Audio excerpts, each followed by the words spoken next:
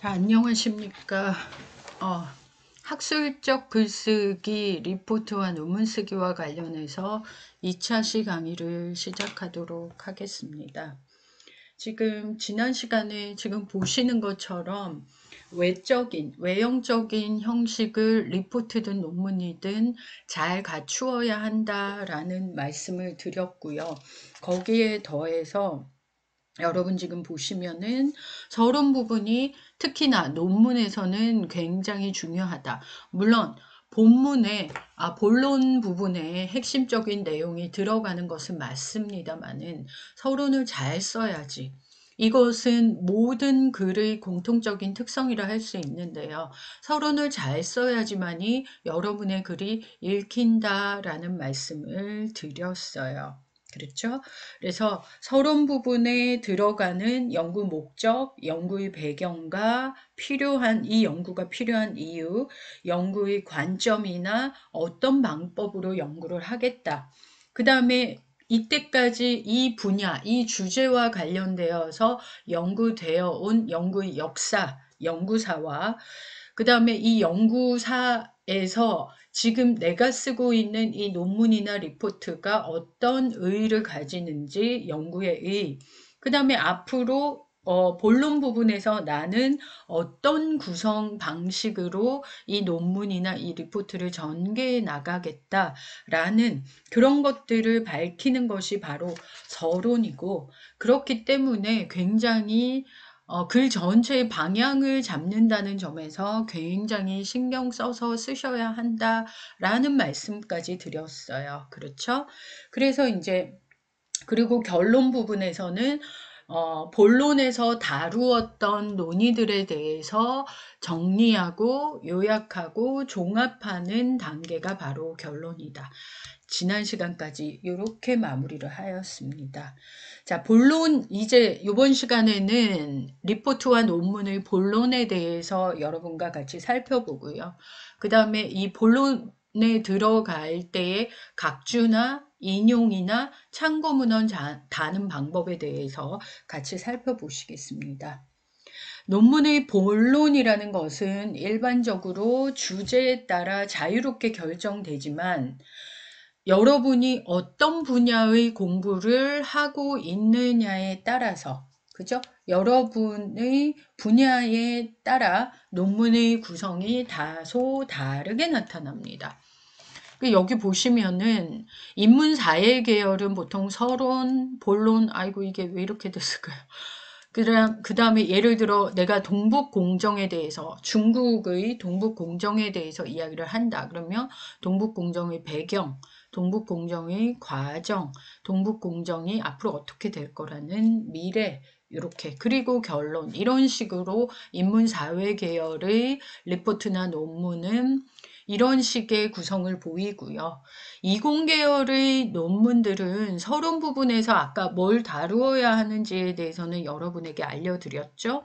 서론에 그러한 내용들이 담기고 나서 이론적 배경, 그 다음에 1차 자료인 직접적 실험, 그 다음에 이 실험을 통한 결과 및 고찰, 이런 식의 형태가 인문사회 계열과 이공 계열의 전형적인 논문의 형태라고 하겠습니다. 인문 계열의 리포트나 논문에서는 본론의 각 부분의 내용을 압축적으로 제시하는 소제목을 계층을 나누는 거 아시죠? 소제목을 쓰지만은 사실 이공 계열의 논문에서는 여러분이 보시는 것 같이 이런 식의 구성을 한 후에 그리고 나서 소제목을 씁니다.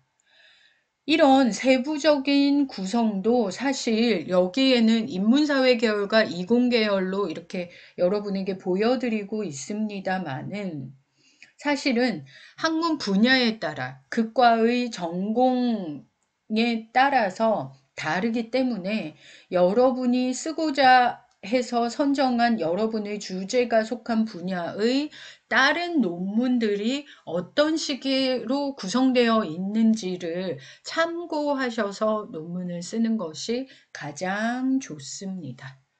되셨죠? 자, 제가 과제물 3번에 지금 K-팝 혹은 K-컬처라고 해서 뭐 BTS가 상을 받고 뭐 전 세계 사람들이 한국 문화와 한국 노래와 한국 춤과 이런 것들에 관심을 많이 보이고 있습니다. 그래서 우리 반에 이공계도 있고 인문사회계열도 있기 때문에 그냥 상식선에서 그 다음에 관심 있을 법한 내용으로 케이팝을 제가 그냥 골랐어요. 여러분이 또 자유주제를 하세요 하면 너무 또 심하게 고민하실까봐. 그래서 케이팝이라는 주제에 대해서 여러분이 리포트나 논문을 쓴다라고 가정하시고 논문의 목차를 완성하셔서 과제 제출로 보내주시면 되겠습니다. 여기 지금 이렇게 되어 있는데 뭐 1, 이렇게 쓰시면 되겠죠. 1 해서 뭐 각각의 내용들을 쓰시고 만약 여기 들어간다 그러면 2 혹은 여기 3, 1 이렇게 해서 저한테 딱 층위에 맞게끔 정리하셔서 그냥 개요 작성할 때 우리가 많이 연습을 해봤어요. 이것과 관련해서 K-팝과 관련해서 그 여러분이 수영도를 그리거나 그렇게 하셔가지고 여러분이 알고 있는 배경 지식 내에서 혹은 조금 관심 있으시면 검색을 통해 가지고 여러분께서 K-팝과 관련된 내용들을 저에게 보내주시면 되겠습니다. 이거는 논문이 아니라 리포트입니다. 그래서 논문처럼 막 그렇게 심각하고 무거우게 작성 안 하셔도 되고요. 그냥 좀 약간 가벼운 느낌으로 보내주시면 되겠습니다. 대신에 서론, 본론, 결론을 염두에 두시고 그 다음에 서론 부분에서 반드시 드러나야 하는 것들이 있습니다. 그런 것들을 염두에 두시고 나서 개요를 작성하시고 그리고 과제 제출로 이 캠퍼스에 과제 제출로 보내주시면 되겠습니다. 자, 요렇게 해서 리포트나 논문의 외적인 형식과 그 다음에 거기에 들어가는 일반적인 구성, 리포트나 논문의 구성, 그 다음에 서론, 본론, 결론의 일반적으로 다루는 내용에 대해서 살펴봤고요. 자, 지금부터는 여러분이 리포트나 논문에서 이것 자체가 창의적이고 여러분만의 독창적인 아이디어나 이런 것들이지만은 사실 대학에서 쓰는 리포트나 논문의 경우에는 전문성이 있다 보니까 여러분이 모든 걸 다 연구하고 다 머릿속에 그걸 집어넣고 할 수가 없습니다. 그러다 보니까 여러분께서는 다른 이미 선배 연구자들이 연구해 놓은 것들을 참고할 수밖에 없는데요. 그 과정에서 그냥 무작위로 갖다 쓰면 표절이 됩니다. 그래서 그러한 자료들을 가지고 와서 활용했다는 표시를 내어줘야 해요. 그 표시가 바로 주석과 인용입니다. 그래서 주석을 다는 방법, 인용을 하는 방법, 그 다음에 이제 마지막에 주석과 인용해서 활용했던 자료들을 리포트나 논문의 맨 마지막에 가서 참고 문헌이라고 해서 해당 자료들을 한 자리에 모아서 정리해 주는 것이 있습니다.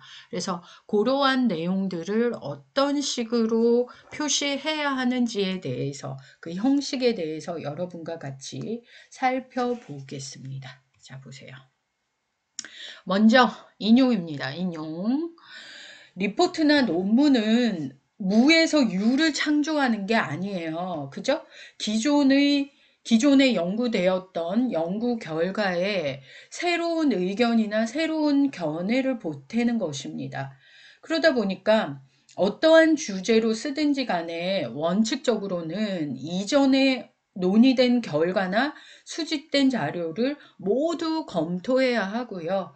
그리고 필요에 따라서는 여러분의 글에다가 앞선 선배들의 결과물을 인용하거나 혹은 인용한 사실들을 인용하거나 혹은 주석으로 인용한 사실, 그 자료를 가져다 쓴 사실을 반드시 밝혀야 합니다. 그래서 이런 이유로 리포트나 논문에서는 주석이나 참고 문헌은 굉장히 중요하다고 할 수가 있겠습니다. 리포트나 논문의 모든 문장은 사실 기본적으로는 글을 쓰는 여러분의 독자적인 것으로 간주됩니다.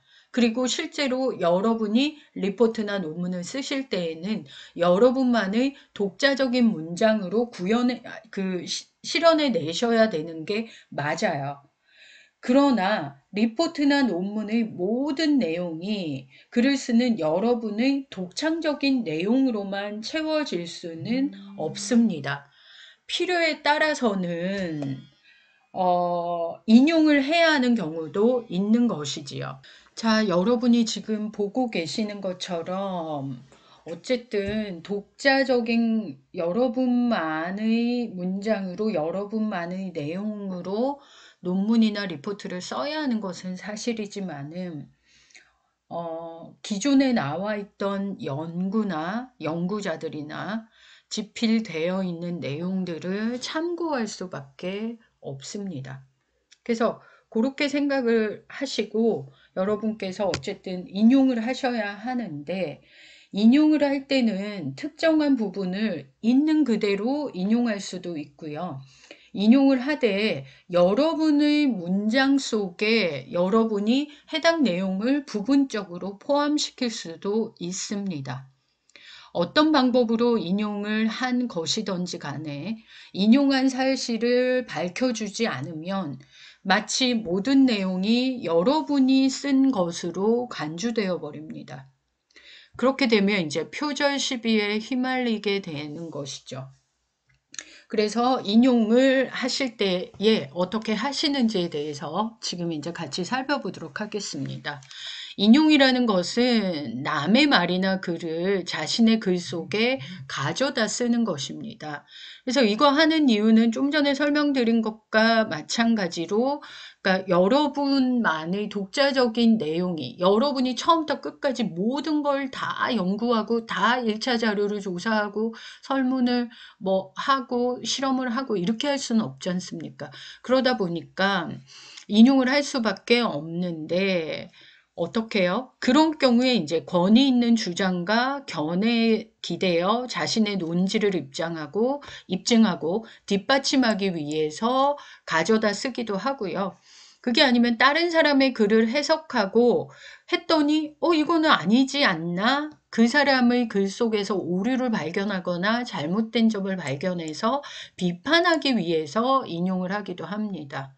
그 다음에 이제 공통되거나 여러분과 나도 그렇게 생각해 라는 공통되거나 나는 아닌데 라는 상반된 견해를 가져와서 제시함으로써 여러분의 주제에 관한 논의를 더욱더 분명하게 하기 위해서 인용을 하기도 합니다.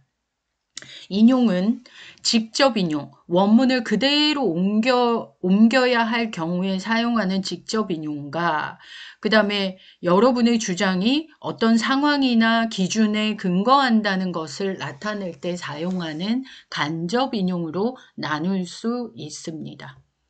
직접 인용의 경우에는 다른 사람들이 독자적으로 쓴 문장을 그대로 가지고 오기 때문에 따온다는 뜻에서 큰 따옴표를, 이게 이렇게 됐죠? 아래로 가야 되겠죠?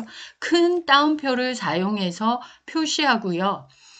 긴 글을 인용할 때에는 그 인용하는 부분 자체에 새로운 단락을 만들어서 위아래로 한 줄씩 한 행을 띄워서 본문보다 안쪽으로 들여서 써야 합니다. 왜냐면 이게 한 줄, 두 줄이 아니라 한 5줄 이상의 긴 내용을 직접 인용할 경우에는 이렇게 표시를 내어줘야지, 아, 이게 다른 사람의 다른 내용에서 그대로 가지고 왔구나 하는 게 한눈에 확 표시가 나기 때문에 그런 식으로 진행을 하고요.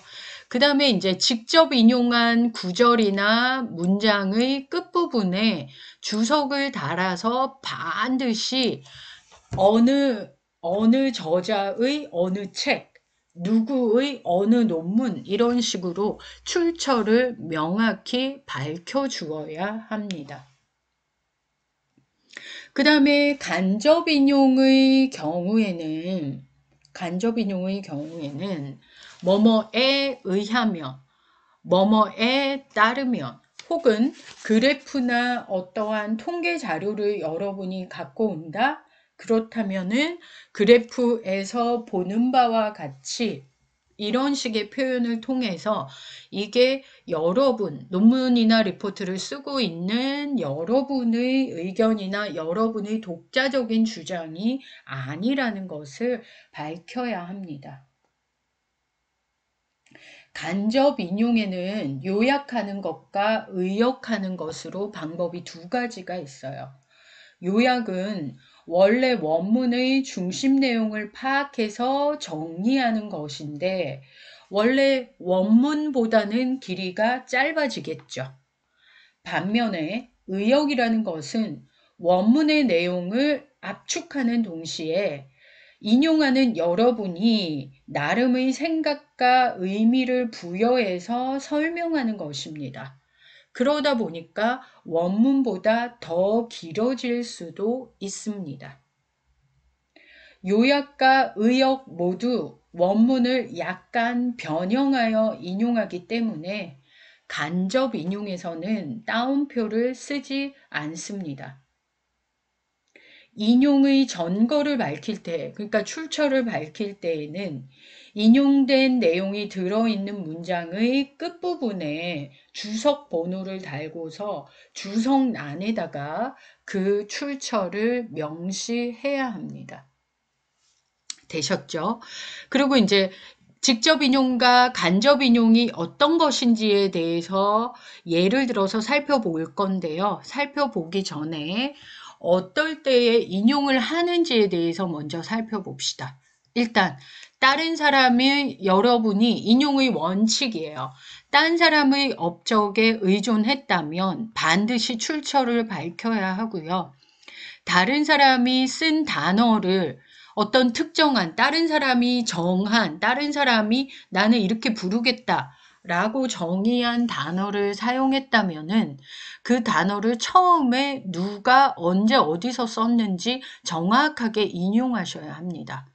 그리고 인용 부호도 표시하셔야 하고 인용문도 포함하셔야 합니다. 그 다음에 바꿔쓰기 의역을 한다면은 여러분만의 색깔이 담긴 문체, 어조로 바꿔 쓰셔야 하고 여러분이 의역하려는 작가의 어조를 그대로 여러분의 글에다 가져다 쓰지 않도록 노력하셔야 합니다. 이때도 반드시 출처를 밝혀주어야 합니다. 다른 사람의 글을 자신이 쓴 것처럼 절대로 그런 식으로 서술해서는 안 됩니다. 만약에 여러분이 A라는 강의를 듣고 B라는 강의를 같이 듣는다고 했을 때 두 개의 강좌를 수강하고 있을 경우에 해당 교수로부터 허락을 받지 않고 같은 리포트나 같은 논문을 두 수업에 따로따로 각각 제출해서는 안 됩니다. 그 다음에 논문이라는 것은 사서도 안 되고 팔아서도 안 되고 빌려서도 안 됩니다. 반드시 스스로 작업을 해야 합니다. 이 인용의 원칙은 여기 지금 명시되어 있다시피 시카고 대학의 요 분이 2004년에 책에서 정의해 놓은 것인데요. 잊지 마시기를 바랍니다. 이게 뭐 꼭 영어 논문에만 적용되는 원칙은 아닙니다. 일반적입니다. 그 다음에 이제 여러분이 직접 인용의 경우에는 큰 따옴표를 가지고 와서 표시하는 것은 맞습니다만은 조금 언제 쓰느냐? 왜냐면 이렇게 되면 인용한 자료만 가지고 한 편의 레포트나 한 편의 논문이 완성될 수도 있기 때문에 한번 어떻게 해야 하는지 한번 보시기 바랍니다. 다른 사람의 자료를 1차 자료로 인용할 때 직접 인용을 합니다. 그 다음에 원문의 직접 인용이 아니면 독자들이 오해할 우려가 있을 때에 직접 인용을 하게 되어 있고요. 원문의 글쓴이가 표현하고 있는 글의 모습 그대로를 흐트러짐 없이 여러분의 글 속에 그대로 옮겨오고 싶을 때에 그것을 여러분이 논지 전개상에서 이 원문의 글쓰기가 표현하고 있는 내용들이 꼭 필요할 때, 그럴 때 직접 인용을 합니다. 단어나 핵심 어구나 3행 이내의 짧은 문장을 인용할 때에는 본문 안에 인용 부호인 큰 따옴표를 사용해서 원문이라는 것을 한눈에 확인할 수 있게끔 표시해 주어야 합니다. 3행 이상 또는 100자 이상의 글을 길게 인용할 때에는 그죠? 긴 직접 인용의 경우에는 새로운 단락을 만든 다음에 앞 뒤에 한 줄씩을 비워서 단락을 만들 때 본문의 폭보다 2칸 이상 오른쪽으로 들여서 써야 합니다. 이것은 형식적인 규칙이에요. 어기시면 안 됩니다. 예를 들어 시나 소설의 일부 법조문이나 수학 공식 등과 같이 원문의 표현이 조금이라도 바뀔 경우에 그 뜻이 훼손되는 경우에 주로 이런 식의 단락을 구분하는 긴 글의 직접 인용을 사용합니다. 자, 이제 여러분이랑 같이 예시를 볼게요. 인용에는 직접 인용과 간접 인용이 있다고 말씀드렸고요. 직접 인용의 예시를 보겠습니다. 보세요. 1번. 이것은 짧은 문장이나 짧은 표현을 직접 인용에 해당하기 때문에 여기 지금 보시면 일을 하고 싶은 사람들 중에서 80%는 놀아야만 하는가? 노동의 종말, 책이죠. 여기 지금 이중꺽쇠를 쓰고 있는 것은 책, 저서란 뜻이죠. 노동의 종말을 쓴 미국의 저술가 제레미 리프키는 그러면 이 사람이 쓴 노동의 종말이라는 책에 이 내용이 들어가 있다는 것이죠. 확실히 그렇다. 직접 인용라고 말한다. 그는 똑같은 내용이 이 노동의 종말이라는 책 속에 있는 문장을 끊어온 것이기 때문에 이렇게 되죠. 큰 따옴표로 아래쪽에 있는 80%의 사람들은 엄청난 문제를 만나게 된다고 주장한다. 이렇게 되는 것이죠. 그래서 노동의 종말이라는 책 속에서 표현하고 있는 것들을 그대로 그 문장 그대로를 가지고 올 때에 짧은 직접 인용이지만 짧은 문구일 경우에는 이렇게 큰 따옴표를 활용해서 이렇게 하시면 되고요. 2번은 직접 인용을 지금 여기 보이시면 이렇게 한 단락 전체가 직접 인용이 된 거예요. 여러분이 한 번에 보시기에도 여기에 2칸 이상 들여쓰기를 한 상태에다가 그 다음에 여기 한 줄을 비웠고요. 여기 계속 연결이 안 되기 때문에 제가 이렇게 표시를 했는데 여기도 뒤에 글이 연결될 때 한 줄을 비우고 여기서부터 한 줄을 비우고 그 다음에 이제 단락 들여쓰기를 하면서 여기서부터 여러분의 글을 다시 써내려 가시면 되겠습니다. 되셨나요? 그래서 직접 인용의 경우에 짧은 문구를 직접 인용하느냐 3행 이상 100자 이상의 긴 글을 직접 인용하느냐에 따라서 인용의 방식이 다르다라는 것을 숙지하시기 바라겠습니다. 그 다음에 간접 인용에서 바꿔 인용하기를 하는 경우 의역인 거죠. 의역. 좀 전에 말씀드렸죠.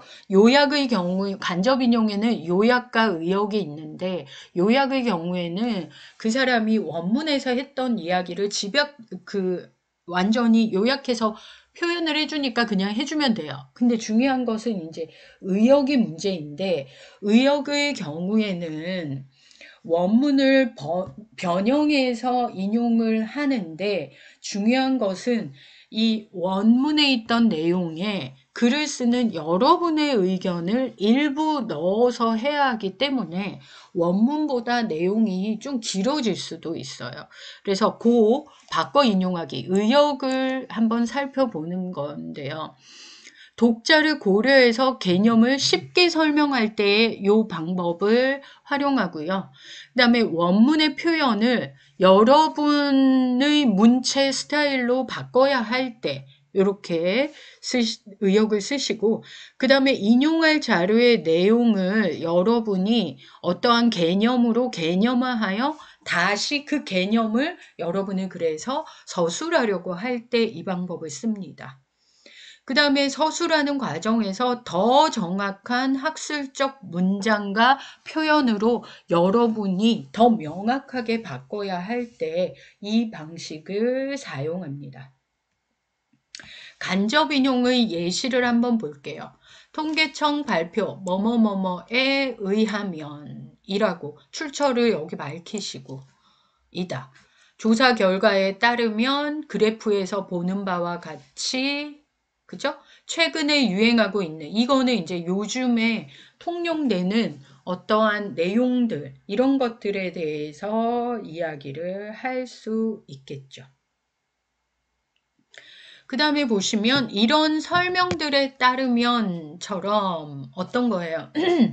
앞에서 여러분이 이야기한 내용들, 그 다음에 여러분이 앞에서 서술하는 과정에서 다른 사람의 원문에서 내용을 요약했다면 그러한 간접 인용을 다시 여기서 의역에서 쓸 때 이런 설명들에 따르면, 앞서 설명한 것들에 따르면, 그 다음에 이제 한창 지금 여러분에게 일반적으로 우리가 많이 지금 이슈화되어 있고 화제가 되어 있는 그런 것들, 누구나 알 법한 지금 현 세대를 드러내는, 그래서 뭐 88만 원 세대, 루저, 잉여인간 이런 말들은, 그러니까 지금 시쳇말로 쓰이고 있는 것들, 지금 현재 쓰이고 있는 것들은 이거죠. 한창 새로운 사회를 건설하고 참여하려는 능동적 에너지를 가진 청년들을 자괴감에 빠지게 한다. 요렇게요. 이게 간접 인용의 예시라고 하겠습니다. 자, 되셨나요? 그래서 남의 글을 인용할 때는 다음과 같은 점에 유의해야 합니다. 첫째, 여러분의 논지를 위해서 꼭 필요한 경우에만 인용해야 합니다. 둘째, 남의 글을 인용할 때는 반드시 주석을 통해서 출처를 밝혀야 합니다.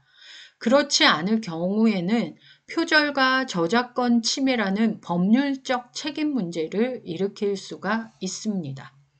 셋째, 인용문에 대한 주석으로 밝힌 내용과 참고 문헌에 포함되는 요소는 정확하게 일치해야 합니다. 텍스트를 인용할 때는 가장 최근의 최근판이나 아니면 가장 믿을 만한 자료를 기준으로 해야 합니다. 되셨습니까?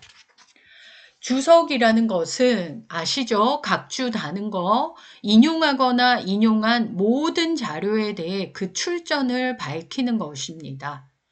주석은 논의에서 제시한 논거나 자료의 타당성을 입증하고 논의를 보충하며 다른 논문이나 자료에 대한 정보를 제공하는 역할을 합니다. 본문에서 다루기 적절하지 않은 어떤 설명이나 자료 또는 본문 내용을 좀 더 확장하여 생각할 수 있는 계기를 마련해 주기 위해서 사용합니다. 주석은 다음과 같이 4가지가 있어요. 본문의 주석을 다는 본문주가 있고요. 각주, 이거는 여러분이 리포트 쓸 때 가장 많이 다는 거죠. 어떠한 출처를 밝힐 때에 한글 그 프로그램에서 각주 달기를 하면 페이지의 하단에 줄이 쫙 생기면서 그 밑에 각주들이 모이는 것을 알 수 있죠. 그 다음에 후주는 참고한 문헌 목록을 대신해서 인용한 글을 밝혀서 붙이는 주석이에요.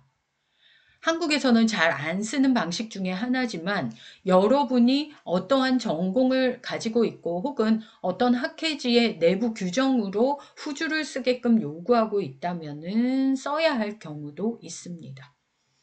그 다음에 이제 각 주석은 저자와 발행 연도를 표시를 해야 하는데요. 본문에서 참고한 문헌의 저자와 출간 연도만 간략하게 밝히고, 그러니까 예를 들어 홍길동 이렇게 해놓고 여기에다가 논문이 2015년 요렇게만 밝혀 놓는다는 거예요. 요렇게만 해놓고 홍길동 2015에 따르며 요렇게 쓴다는 것이죠. 요렇게 쓰시고 구체적인 서지사항은 참고문헌 목록에서 밝히는 주석의 방식입니다. 왜냐하면 이렇게 본문줄을 쓰거나 이렇게 할 경우에 글을 읽다가 중간에 그 주석 내용이 들어가 있으면 계속 내용의 흐름이 흐트러져 버리고 그 순간에 멈춰버리는 경우가 있기 때문에 글의 흐름이 중요할 경우에는 사실은 이렇게 저자나 발행 연도를 표시하거나 이런 식으로 혹은 각주를 표시하거나 뭐 이런 식으로 표현하는 경우가 많습니다. 자, 완전 주석의 예는 이거예요. 글쓴이 이름, 그죠? 책 제목, 발행 연도 이런 식으로 하는데 어떻게 해요? 주경철, 쉼표. 이 이중꺽쇠는 책입니다. 저서예요. 책 제목, 쉼표. 그 다음에 요 출판사가 어디에서 출판되었는지 도시, 지역명, 발행지역, 서울, 출판사 이름, 사계절, 쉼표, 발행연도 2009년 연도, 그 다음에 판이나 쇄수 이거는 써도 되고 그냥 보통은 이렇게 써요. 날짜, 출판 날짜, 1판 1쇄. 그 다음에 쉼표, 참고한 쪽수, 여러분이 53쪽 마침표 이렇게 마무리합니다. 이거는 각주에도 이렇게 쓰시면 되고요. 보통 참고 문헌을 쓸 때에는 이렇게까지 쓰는 경우도 있고요. 이렇게까지 쓰면 가장 정확합니다. 그래서 여러분이 어떠한 자료를 활용할 때에 그 자료를 조사하는 과정에서 이런 식으로 아예 메모를 해가지고 활용을 하셔야 돼요. 그래야지 나중에 리포트나 논문을 쓸 때 그 자료를 활용하고 나가지고 간접 인용을 하고 나가지고는 자료의 출처를 몰라가지고 다시 자료를 뒤집어서 찾아내야 하는 경우가 있기 때문에 애초에 주제를 정하시고 개요를 작성하고 자료를 찾아야 하지 않습니까? 그때 1차 자료를 찾고 할 때에 꼼꼼하게 자료의 출처를 메모해 두셔야 한다는 겁니다. 그 다음에 이제 단행본은 이렇고요. 논문은 글쓴이, 논문 제목, 여기 지금 혹꺽쇠 보이시죠? 이게 논문입니다. 그 다음에 이 논문이 실린 학회지 혹은 책이죠. 그 다음에 간행문을 권수나 계절 혹은 월명, 쉼표, 출판한 학회명, 쉼표, 출간한 연도, 쉼표, 참고한 쪽수, 마침표 이렇게 마무리해요. 예를 들어 김미영, 저자죠, 쉼표. 이게 혹꺽쇠죠? 그러면 논문이구나 알아차려야 됩니다. 패러디를 활용한 소설 교육의 방법. 그 다음에 쉼표, 격꺽쇠죠? 책이구나. 어떤 책? 26집. 여기 간행물의 권수나 계절. 26집 봄호, 26집 가을호 이런 식으로 정리하거든요. 그 다음에 이 학회지를 만든 학회, 한국문학이론가 비평학회, 쉼표. 그 다음에 출판한 연도 2006년, 쉼표. 참고한 쪽수 335쪽, 마침표. 이렇게 정리하시면 되겠습니다. 혹은 논문을 이 방법으로 하기도 하고요. 여기는 지금 저자만 하고 연도는 뒤에 가 있는 방식인데 학회지에 따라서는 논문과 저자를 이렇게 연도를, 죄송해요. 저자와 저작 연도를 이렇게 같이 표기하는 방식도 있어요. 이렇게요. 구경하시면 되겠습니다.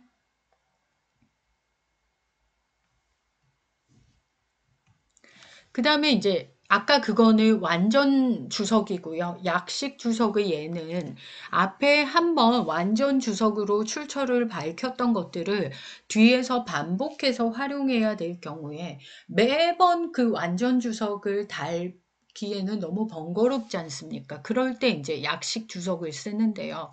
바로 앞에 소개된 문헌을 다시 소개할 때 상계서 혹은 위의 책, 앞의 책 이런 식으로 표현합니다. 그래서 페이지만 적는 거죠. 그러니까 앞에서 완전 주석으로 이야기했던 그 출처를 밝혔던 그 자료의 몇 페이지에 해당하는지만 이렇게 밝히거나 영어의 경우에는 이렇게 입이됨으로 하시고 페이지만 적어주시면 돼요.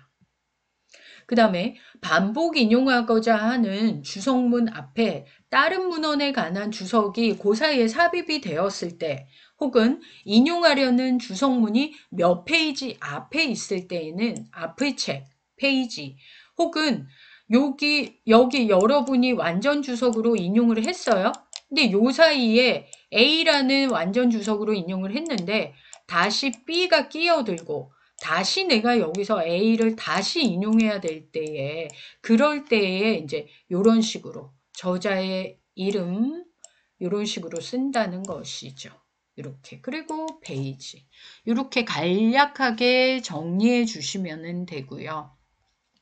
그 다음에 참고 문헌의 경우에는 논문이나 보고서를 쓸 때 참고하거나 인용한 자료들의 전체 목록이라고 보시면 돼요. 자료에 대한 정보를 독자들에게 알려주는 역할을 하고요. 논문의 주제와 관련된 다른 논문을 준비하는 데에 다른 사람에게 도움을 줄 수 있는 자료가 되기도 합니다. 그래서 단행본, 책은 이런 식으로 쉼표, 제가 아까 격곡세는 책 단행본이라 말씀드렸죠. 쉼표, 출판사, 쉼표, 연도, 마침표. 이렇게 하시면 되고 만약에 이제 이 사람이 쓴 것을 이 사람이 옮겨 적었다면 이런 식으로 저자 뒤에 한 번 더 옮긴 일을 적으시면 되고 논문의 경우에는 저자, 쉼표, 혹꺽세라고 말씀드렸어요. 혹꺽세, 쉼표, 그 다음에 이 논문이 실려있는 책, 28집, 쉼표, 요 책을 출간하는 학회지, 쉼표, 연도 2005년 이렇게 정리하시면 되겠습니다. 그래서 논문이나 리포트나 여러분이 아시다시피 외형적으로 약간의 차이가 있을 뿐 반드시 지켜야 하는 외적인 형식이 있다. 그 다음에 여러분만의 독자적인 문장으로 해당 내용들을 모두 채울 수는 없고 앞선 학자들의 연구나 자료들을 가지고 와서 써야 하는데 반드시 출처를 밝혀야 한다. 그리고 출처만 밝히면 언제든지 어느 상황에서든지 여러분이 쓸 수 있기 때문에 실제로 여러분에게 뭐 1차적으로 실험을 하라거나 설문조사를 하라는 게 아니지 않습니까? 그래서 그 고마운 자료를 그냥 출처만 밝히면 언제든지 쓸 수 있어요. 그래서 얼마나 고마운 일이에요. 그렇게 생각을 하시고 인용을 하실 때에는 반드시 출처를 밝히시고 출처를 밝히는 방법에는 주석이나 참고 문헌처럼 이렇게 하는데 주석을 달거나 참고 문헌을 달 때에도 일정한 형식이 있다. 라는 것을 지금까지 여러분이 저랑 같이 공부하셨습니다. 자, 요번 시간은 이렇게 마무리하겠습니다. 고생 많이 하셨습니다. 감사합니다.